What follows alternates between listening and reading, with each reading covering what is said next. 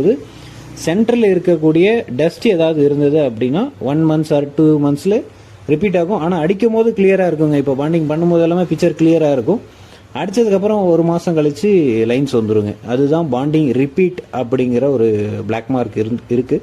ஆனால் நம்ம மிஷினில் இந்த மாதிரி எந்த கம்ப்ளைண்ட்டும் வந்தது இல்லைங்க. நம்ம க்ளீன் பண்ணி அடித்ததுக்கப்புறம் லைன்ஸ் வந்தது அப்படின்னா அப்போவே லைன் வந்துடும். அப்படி இல்லைன்னா பிக்சருமே வராமல் போகும். போனதுக்கப்புறம் 1 மாதம் கழித்து லைன் வருது, 2 மாதம் கழித்து வர லைன் வருது அப்படிங்கிற கான்செப்டே நம்மளோட மிஷின்லேயே கிடையாதுங்க. இது வரைக்கும் அந்த கம்ப்ளைண்ட்ஸ் அட்டன் பண்ணதும் இல்லைங்க. இதில் பார்த்தீங்கன்னா ஐசியோட லெஃப்ட் அண்ட் ரைட்டு லாஸ்ட்டு இருக்கக்கூடிய 10 ட்ராக்கை மட்டும் நம்ம இப்போது மிஷினில் இருக்கக்கூடிய டிஸ்பிளேல நீங்கள் பார்க்குறீங்க. ஜஸ்ட்டு அது தெளிவாக காமிக்கிறோம். இதை பார்த்தோம்னா அந்த ஐசியே பாண்ட் பண்ணக்கூடிய இடம் கிளாஸில் இருக்கிற அந்த 2500 வயருக்கு இருக்கிற இடத்துல பார்த்தோம்னா இந்த மிஷினோட டூல், அதாவது அந்த ஹெட்டை வந்து ஸ்ட்ரெயிட்டாக ப்ளேஸ் பண்ணணும். ப்ளேஸ் பண்ணல அப்படின்னா அது வந்து 70 PSI ப்ரெஷரில் ப்ரெஸ் பண்ணி பாண்ட் பண்ணுங்க. கொஞ்சம் கிராஸாவோ இல்லை ஏதாவது டஸ்ட்டு வச்சு நம்ம ப்ரெஸ் பண்ணும்போது ஏதாவது டேமேஜ் ஆகிடுச்சு அப்படின்னா மொத்த கிளாஸும் வேஸ்ட்டு தாங்க.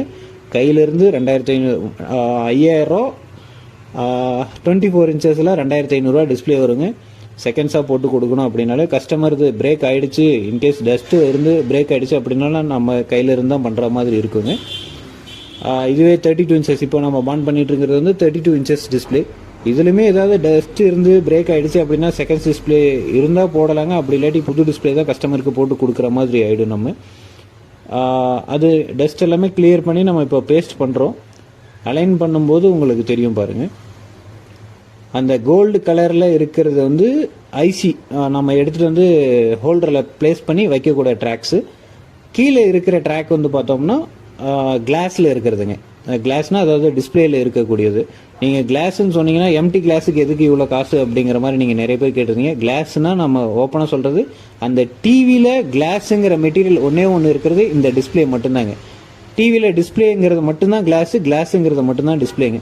அதில் பார்த்தீங்கன்னா 2 ட்ராக்கையும் ஸ்ட்ரெயிட் டு ஸ்ட்ரெயிட் வச்சுட்டு ப்ரெஸ் பண்ணணுங்க. ப்ரெஸ்ஸிங்கில் வந்து 250-260 டிகிரி வரைக்கும் ஹீட்டும் ஆகுங்க. அதில் ஹீட் பண்ணி நம்ம ஒட்டி இருக்கிற ஏசிஎஃப் டேப்பை வந்து மெல்ட் பண்ணி அது சேம் டு சேமாக ஒட்ட வைக்கிறதுக்கு பேர் தான் பாண்டிங்னு சொல்கிறோம்.